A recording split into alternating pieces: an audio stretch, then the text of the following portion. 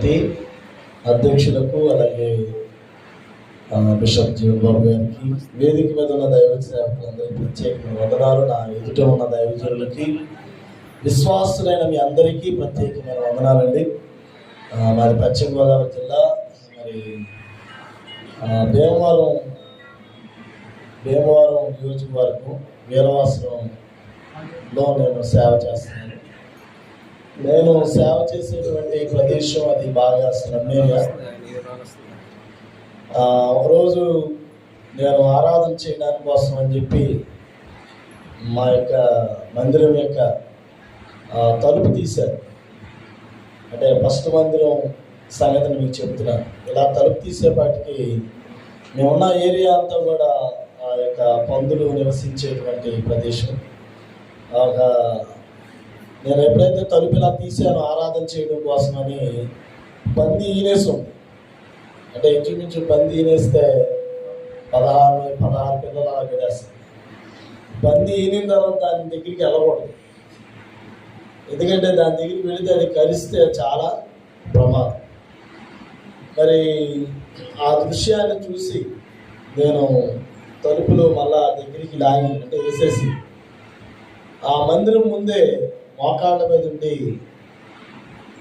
కన్నీటితో, ప్రభువా నీ మందిరం ఈ విధంగా ఉండడం అని చిత్తం కాదు అని నేను ప్రార్థన చేసినప్పుడు దేవుడు ఆశ్చర్యకరంగా ఒక చక్కగా, అంటే అప్పుడు దడులతోనే ఉండేది మందిరం, చక్కగా దడులతో ఉన్న మందిరాన్ని కట్టుకోవడానికి దేవుడు సహాయం చేశాడు. అది తీసేసాం. తర్వాత రేకు వేసాం. ఆ రేకు వేసిన తర్వాత దేంతో వేసామంటే ఈ యొక్క పట్టితో, తాటి పట్టితో వేయడం వల్ల ఆ తాటి పట్లు ఎక్కువ రోజులు అయిపోవడం, మేము ఉన్నటువంటి ప్రదేశం కూడా అది ఈ మొగల్ డొక్కలు చాలా ఒకప్పుడు చిన్నపిల్లలు చచ్చిపోతే పాతి పెట్టినటువంటి ప్లేస్ అన్నమాట. అసలు అక్కడ ఎవరు ఉండరు. మరి ప్రభు నడిపిస్తే అన్నారు కదా మనం, ఇక ఉద్దేశంతో నేను అక్కడ పరిచర్య చేస్తున్నాను. అయితే ఆశ్చర్యం ఏంటంటే ఈ యొక్క యువకు వచ్చేసి ఆ పట్లన్నీ కూడా చెదలు పట్టేసి ఆదివారం ఆరాధనలో ఈ యొక్క ప్రాంతంలో కూర్చున్నటువంటి వారి మీదకి అవి రాలుతూ ఉండేవి. రోగల బండలు రాలేవి, తేళ్ళు ఇవన్నీ వచ్చేస్తూ ఉండేవి. నాకు ఒక ఆశ ఉండేది. మేము ఎంతోమంది, మా విశ్వాసం చాలా తక్కువ మంది, తక్కువ మంది అయినా వాళ్ళు కూడా మాకు ఏమి సహాయం చేసేటువంటి పరిస్థితులు, మనం ఏమైనా పలహారం పెడితే చక్కగా అంటే తిని వెళ్ళేటువంటి పరిస్థితి.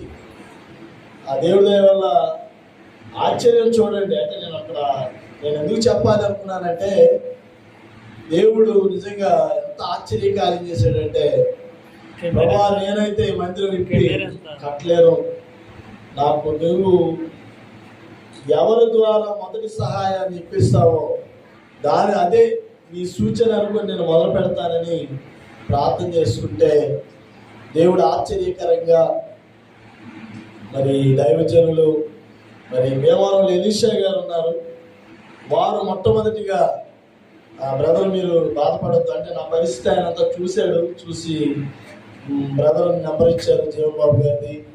నేను చేస్తే అప్పటికే కొంచెం ఆ హెల్ప్ చేయడం అనేది ఆగింది అప్పటికే నేను చేసేటప్పటికి. అయితే ఆ తర్వాత వారే కలుగ చేసుకొని రాజాప్రసాద్ గారి ద్వారా వారు ఇలా సహాయం చేస్తామని మొట్టమొదటిగా వారు ఇచ్చినటువంటి కానుకను, వారు ఇచ్చినటువంటి 10,000, మొట్టమొదటిగా 10,000 వారు ఇచ్చిన వెంటనే నేను ప్రార్థన చేసుకుని మందిరం విప్పాను. స్తోత్రం. మందిరం విప్పాను. మందిరం విప్పిన తర్వాత ఇంచుమించుగా 1,30,000 పనిచేశాను. మన సంఘస్థులు 500 రూపాయలు, 200 రూపాయలు, 100 రూపాయలు ఇచ్చారు కొంతమంది. అయితే ఎలాగా దేవుడు సమకూర్చాడో నాకు తెలియదు. పట్లన్నీ తీసేసి యాంగిల్స్ రౌండ్గా కాకుండా పలక యాంగిల్స్ వేసి, అసలు ఇప్పుడున్నటువంటి మందిరం కంటే ఇంకొక సెంటు పెంచి ఆ చివరి వరకు మందిరం కట్టడానికి దేవుడు సహాయం చేశాడు. హల్లెలూయా. చాలా ఆశ్చర్యం. ఎంత ఆశ్చర్యం అంటే 15,000 రూపాయలు అయ్యారు నాకు ఇచ్చారు. ఆ 15,000 రూపాయలని కాదు, కానీ దేవుడు దైవజనుడు ద్వారా ఇచ్చినటువంటి ధనాన్ని కూడా దేవుడు దీవిస్తాడు అని చెప్పడానికి మేము ఆశ్చర్యకరంగా ఆ యొక్క పని మొదలుపెట్టిన తర్వాత ఎవరో మా బంధువులు కాకినాడలో ఉన్నారు. వాళ్ళు ఫోన్ చేసి ఏంటి మందిరం కడుతున్నామని తెలిసింది అని నేను అడగక ముందే 5,000 రూపాయలు నన్ను వేస్తున్నాం. పలానోళ్ళు మరి మా అన్నయ్య గారు అవుతారు. ఆయన ఏం చేశాడంటే, సరే మందిరం అంతా కట్టావు, మరి పులిపిట్ ఏమైనా చేయించావా అన్నాడు. ఆ పులిపిట్ నేను మామూలు సిమెంట్తోనే చేయించానంటే, లేదు టైల్స్ వేసాయి ఆయన 5,000 రూపాయలు ఆయన ఇస్తే టైల్స్ వేసేసారు. సరే టైల్స్ వేసాను, సరే ఇలాంటి చెక్కన్న ఒకటి బైబిల్ ఇలా పెట్టుకోవడానికి లేదు, ఇలా పెట్టుకుందామని అనుకుంటున్నాను. పెట్టుకుంటుంటే ఎక్కడో నెడదోళ్ళ నుంచి ఒక పాస్టర్ గారు వచ్చారు. అయ్యగారు లాగే 6,000 రూపాయలు ఇస్తే నాకు ఏ ఆధారం లేదు. నా పిల్లలు ఉన్నత స్థితిలో ఉన్నారు. కుటుంబ వ్యతిరేకత, బయట వ్యతిరేకత, ఈ వ్యతిరేకత మధ్య చాలా నలిగిపోతున్నాను. నాది 40 అడుగులు పొడవు, 16 అడుగులు వెడల్పు మందిరము. సగమే ప్లాస్టిక్ పూర్తయింది, సగం ఉండిపోయింది. ఏం చేయాలి అర్థం కావట్లా. చేతులెత్తనగానే ఎక్కడ కనిపించట్లేదు. ఇంటిని ఎడార్లుగా కనబడుతుంది. ప్రతిరోజు ఏడ్చుకుని ప్రార్థన చేస్తున్నాం. ఇండివిజువల్ పరిచర్య. ఎవరు ఏ సంస్థలు నథింగ్, ఎవరు చేయి చెప్పలేదు. ఆ సమయంలో మరి మన సోదరులలో పరిచయం అయ్యారు. ఎవరో రాజేంద్ర ప్రసాద్. ఆయనతో చెప్తే ఇలాగ ఒక సహోదరులు ఉన్నారు, జీవనయ్య గారు ఉన్నారు, ఆయన ఈ మందిరానికి సహాయం చేస్తారు. ఆయన ప్రార్థన అంటే తప్పకుండా పిల్లయ్య గారు ఏ విధమైన సరే మందిరము పూర్తవల. దేవుడు మార్గం తెరిచేటప్పుడు ఆ మార్గాన్ని మనము ముయ్యకూడదు. దేవుని పని చేసేటప్పుడు ఎవరో ఒకరు దేవుడు చెప్తాడు. దేవుని స్తోత్రం కనుగాక. ఎవరు మనకు అనవసరం. అక్కడ దేవుని పని పూర్తయిందా లేదా అది మనకు కావాలా.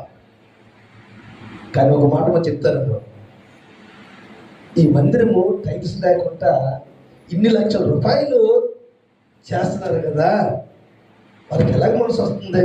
ఆ మనసు ఇది అయ్యగారు చెప్పినట్టు స్వార్థమలైన మనసు అది. అదే నేను చెప్తాను, నాన్నటువంటి అయితే నా మందిరం పూర్తి చేసుకుని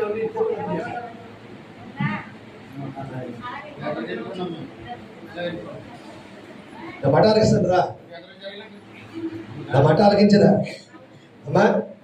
నేనైతే నా మందిరం పూర్తి చేసుకొని నా భార్య పిల్లలు చూసుకుని అప్పుడు ఎవరికైనా ఇస్తాను. కానీ నిజంగా దైవజనులకి నిండుగా సరస్సు వచ్చి నిజంగా నా కృతజ్ఞత వందనాలు తెలియజేసుకుంటున్నాను.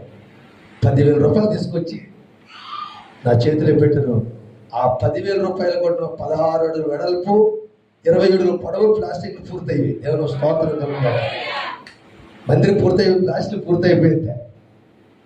నిజంగా అయ్యగారు చేసిన ఆయన ఎవరు నాకు తెలియదు, నేను ఎవరు ఆయనకే కానీ తెలీదు. కానీ దేవుని మనసు, క్రీస్తు మనసు కలిగి దేవుని పరిచర్య చేయాలి, దేవుని మందిరం కట్టబడిన ఆశ, తపన, కోరిక మీద ఎంతోమంది నాన్నడులకి, నాకే సాధ్యం, నాన్నడులకి ఎంతమంది సాధ్యం నాకు తెలియదు. కానీ దేవునికి తెలుసు. దేవుని స్తోత్రం కనుగాక. హల్లెలూయా. అందు గురించి ఆయన అంటే మాకు చాలా ఆశ. మా పరిచర్య ఒకసారి రావాలి మేము ప్రభువుని మనవి చేసుకుంటున్నాను. అలాగే ఫిలిప్పీ పత్రిక 4వ అధ్యాయం 3వ వచనము తప్పకుండా ఆ వాక్యము వారికి వారి కుటుంబానికి వర్తిస్తుంది. అవును, నిజమైన సహకారి ఆ స్త్రీలు క్లెమెంతుతోను సువార్త పనులతో నాతో కూడా ప్రయాసపడిన వారు వారికి సహాయం చేయమని నేను వేడుకుంటున్నాను. ఆ సహకారి పేర్లు ఆమేన్. ఎక్కడమ్మా? తప్పకుండా గారు నిజంగా ఇన్ని మందిరాలు కట్టారు, ఇంతమందికి సహాయం చేస్తున్నారు. తప్పకుండా మీ పేరు, మీ పిల్లల పేరు, మీ కుటుంబ పేరు తప్పకుండా జీవగ్రంథంలో వ్రాయబడుతుంది. దేవుడు కొద్ది మట్ల వెనుకలు దీవించి ఆశీర్వదించిన గాక. అవకాశం ఇచ్చిన అయ్యగారు అందరు ఎలా చూడండి, ఎప్పుడైనా మాటలు చెప్పేవారి వైపు చూస్తేనే మాటలు సరిగా రిసీవ్ చేసుకోగలరు. అక్కడ ఏం చెప్పారో తెలుస్తారు. పక్కడితో మాట్లాడుతుంటే ఏం చెప్పారో ఎవరికీ తెలియదు. తప్పనిసరిగా మాట్లాడుతున్న వ్యక్తిని చూడాలి, ఆ వ్యక్తి యొక్క మాటలను రిసీవ్ చేసుకోవాలి. అది క్రమశిక్షణ. దేవునికి స్తోత్రం. జీవానందం నాకు తమ్ముడు అవుతాడు. నేను ఒక సంస్థలో 21 సంవత్సరాలు పనిచేసి బయటకు వచ్చాను. కొన్ని ప్రాబ్లమ్స్ని బట్టి నేను సంస్థలో ఉండగా పెద్ద పెద్ద చర్చెస్లో పనిచేశాను. సూపర్వైజర్గా నా చేతి కింద చాలామంది పాస్టర్లు ఉండేవారు, అలా పనిచేశాను. కానీ సమస్యలు బయటకు వచ్చాక ఒక మందిరం ఏర్పాటు కొరకు చాలా శ్రమ పడ్డాను. ఆ మందిరాన్ని నిర్మించుకోవడానికి అప్పుడే పిల్లల యొక్క చదువు కూడా ఉంటుంది. 3 పిల్లలు చదువులో ఉన్నారు. అలాంటి సమయంలో చాలా కాలం ఆ ఇంటి దగ్గర ప్రార్థనలు జరిపాయి. కానీ దేవుని కృపను బట్టి ఒక చోట స్థలం కొనుక్కుని అక్కడ చిన్న ఇల్లు కట్టాను. ఆ ఇద్దరు కూడా ఒక మందిరం కట్టడానికి ప్రయత్నం చేస్తున్నాను. సాధారణంగా ఆ సంస్థలో పనిచేసి సహాయం చేస్తున్నారు, ఈ సంస్థలో సహాయం చేస్తున్నారని చాలామంది చెప్తూ ఉంటారు. కానీ నేను ఎక్కడికి వెళ్ళను, ఎవరిని అడగను. అలాగా అడగాలని అనిపించింది నాకు. వాళ్ళ చుట్టూ తిరగాలని అనిపించింది. దేవుడు ఇచ్చినప్పుడు కడదామంటే అని బాగున్నారు. మరి నేను చర్చి కట్టడం మొదలుపెట్టాక గోడల దాకా అంటే పిల్లర్స్ అయ్యి లేపిన తర్వాత కొంతకాలం ఆపేసాను. ఆపేసినప్పుడు ఈయన నా తోడలుడు, ఈయన నా భార్య చెల్లెలు ఈయనకి ఇచ్చాము ఫాస్ట్ గారికి. నా మరదలంతా బావగారు మా మరిది గారు చాలా సంఘాలకి అంటే చర్చలు కడడానికి సహాయం చేస్తున్నారు, ఒకసారి అడిగి చూడండి అని అన్నారు. నా సొంత మరదలు.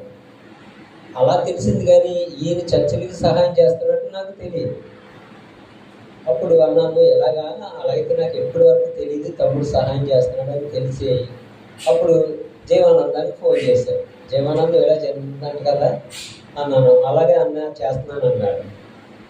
అలాగైతే నాకు కూడా చర్చికి సహాయం చేయాలి. అలాగే అని చెప్పాడు. నా ఇంటికి వచ్చి నా చేతిలో 50,000 పెట్టాడు. దేవునికి స్తోత్రం. మీరందరూ సహాయానికి ఒకవేళ ఆయన ఇంటికి వచ్చారేమో, కానీ ఆయన నా దగ్గరికి వచ్చి అన్నయ్య నువ్వు అడిగావు కదా ఇదిగో 50,000 అని చెప్పి నా చేతిలో పెట్టాడు. కానీ ఒక మాట చెప్పాడు, త్వరగా కట్టేసి ఇది డెడికేషన్ చేస్తే నాకు రొటీన్లో మళ్ళీ ఇంకో చర్చికి డబ్బులు వస్తాయి అన్నాడు. నిజమే కదా. మనము చర్చిని మరి వాళ్ళకి అప్పగించినప్పుడు అంటే ఆ యొక్క డెడికేషన్ చేసి అప్పగిస్తే ఇంకో చర్చిగా డబ్బులు పంపిస్తారు. అంటే పంపించినవి యూటిలైజ్ అయ్యాయి, ప్రయోజనం అయ్యేదాన్ని తెలుస్తారు. కానీ తమ్ముడు చెప్పినట్టుగా సమయానికి మేము డెడికేట్ చేయలేకపోయాం.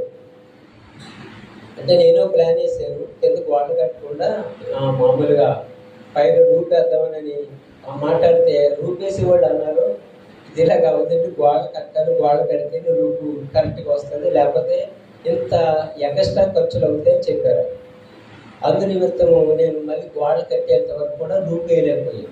ఈలోగా చాలా సమయం అయింది.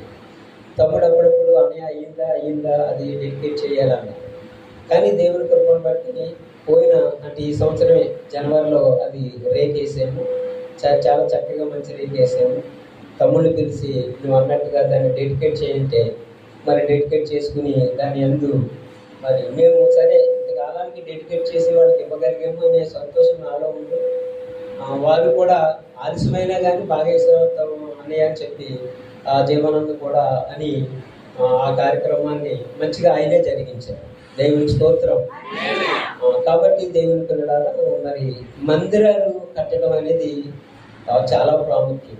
మీకు ఒక విషయం చెప్పి ముగిస్తాను. మందిరం కట్టమని ఇశ్రాయేలుకి దేవుడే ముందు చెప్పాడు. ప్రత్యక్ష గుడారం కట్టారు. అది కొంతకాలం జరిగింది. అంటే నేను జీవన గారి గురించి ఒక మాట చెప్పాలి. ఆయన నిస్వార్థమైన సేవ. నిస్వార్థమైన దేవుని స్తోత్రం చెప్పండి. నిస్వార్థమైన సేవకుడు.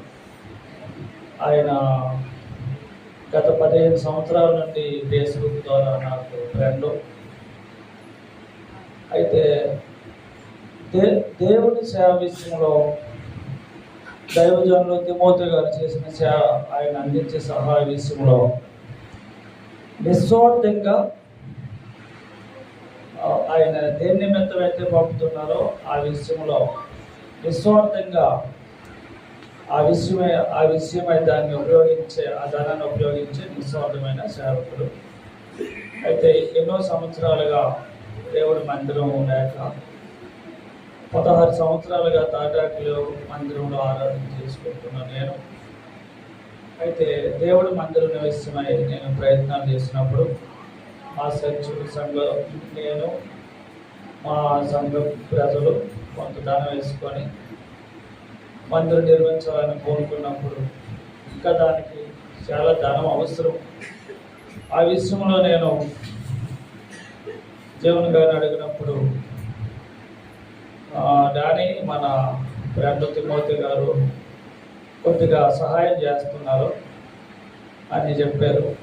అయితే ఆ దైవజనులు ఇంకా అనేక సహాయం చేయాలని, ఎందుకంటే ఈ మన జీవన గారి ద్వారా, దైవజనుల ద్వారా అనేక మందిరాలు, వేలాది లక్షలాది మందిరాలకి ధన సహాయం చేసి, ఇంకా అత్యధికమైన ధన సహాయం చేసి దేవుడి మందిరాలు కట్టించాలని నేను ఆశిస్తున్నాను. అయితే నా దేవుడు నాకు అప్పగించిన పరిచర్యలో మందిర నిమిత్తము ఆయన 50,000 రూపాయలు నాకు సహాయాన్ని అందించారు. దేవుని స్తోత్రం అండి. అయితే నిస్వార్థమైన సేవకులు చెప్తున్నాను మరొకసారి, దేవుని పని విషయంలో నిస్వార్థమైన సేవకులు. అయితే ఇంకా అత్యధికమైన మందిరాలకి ధన సహాయం చేయాలని, దేవుడు త్వరగారిని ఆశీర్వదించాలని, ఆర్థికమైన సహాయం రావాలని, ఎప్పుడు కూడా నిస్వార్థమైన సేవ చేస్తూ దేవుని పరిచర్యలో కొనసాగాలని నేను ఆశిస్తూ ఈ సంతోషకరమైన సాక్ష్యాన్ని నేను చెప్తున్నాను. దేవుడు దైవజన జీవన గారిని, మా ఫ్రెండ్ని అధికంగా దీవించి ఆరోగ్యములు ఇచ్చి దేవుడి పనిలో బహుగా వాడుకును గాక. దేవుడి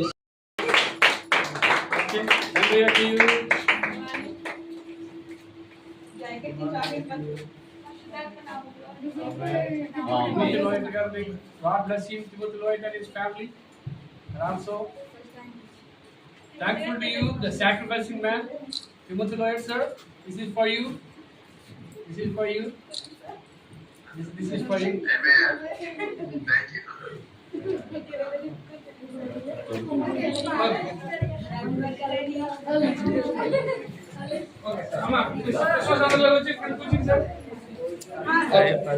చివరి ప్రార్థన ఆశీర్వదించు కార్యక్రమం ముగించేసుకుందాం.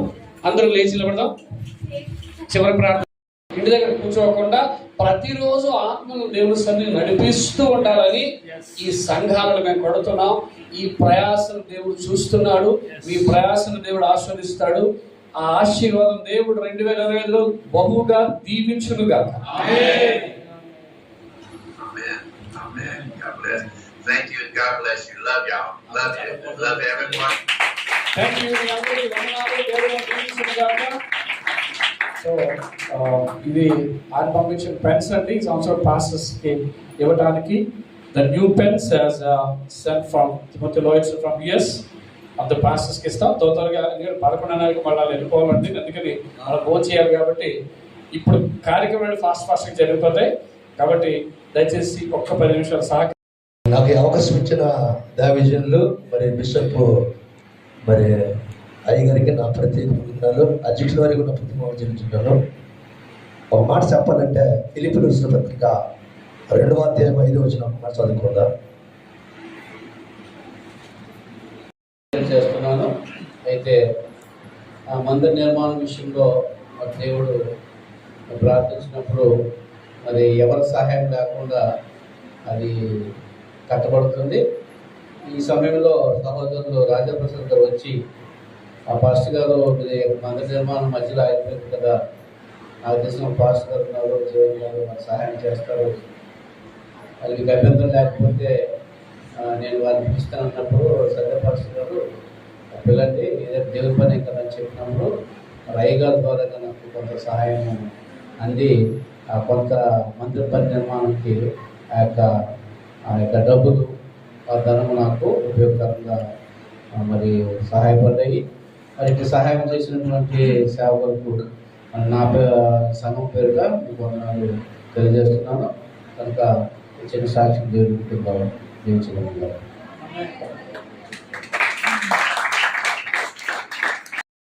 ప్రాంతం నుంచే మరి ఆ ప్రాంతానికి వచ్చి సేవలు ఉన్నారు.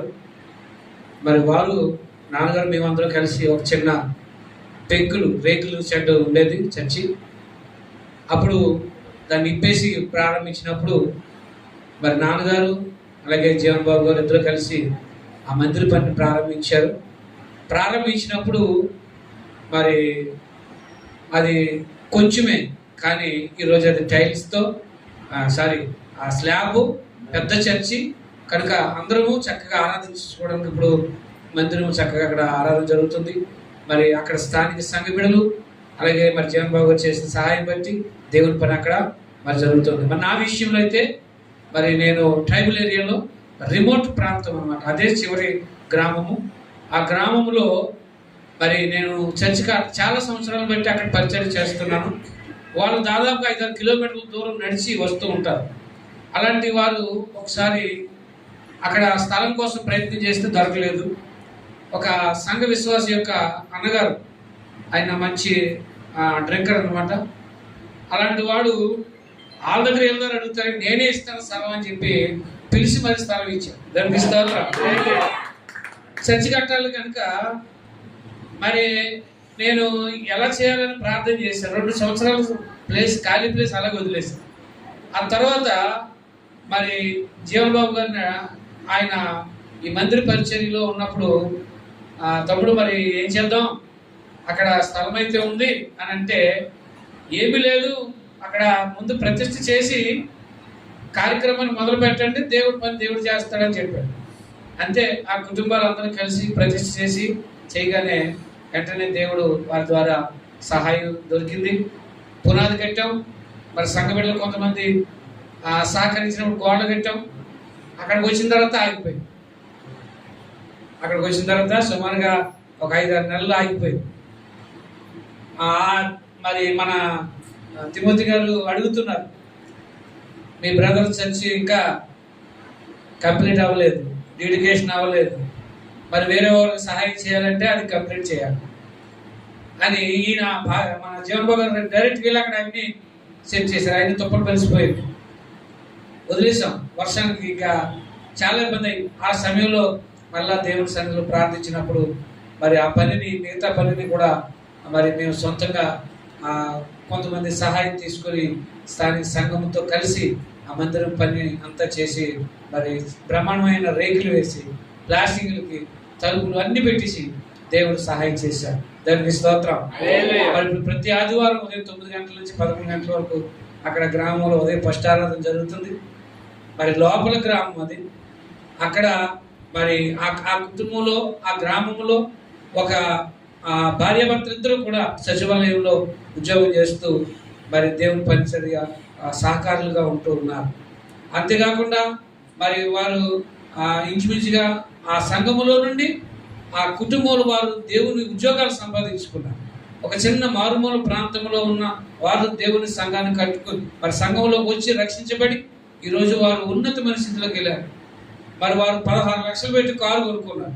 ఎక్కడంటే ఆ చిన్న మందిరంలో కట్టబడిన రక్షించబడిన కుటుంబాలు. ఎందుకంటే దేవుడు అంతగా వారిని హెచ్చించారు.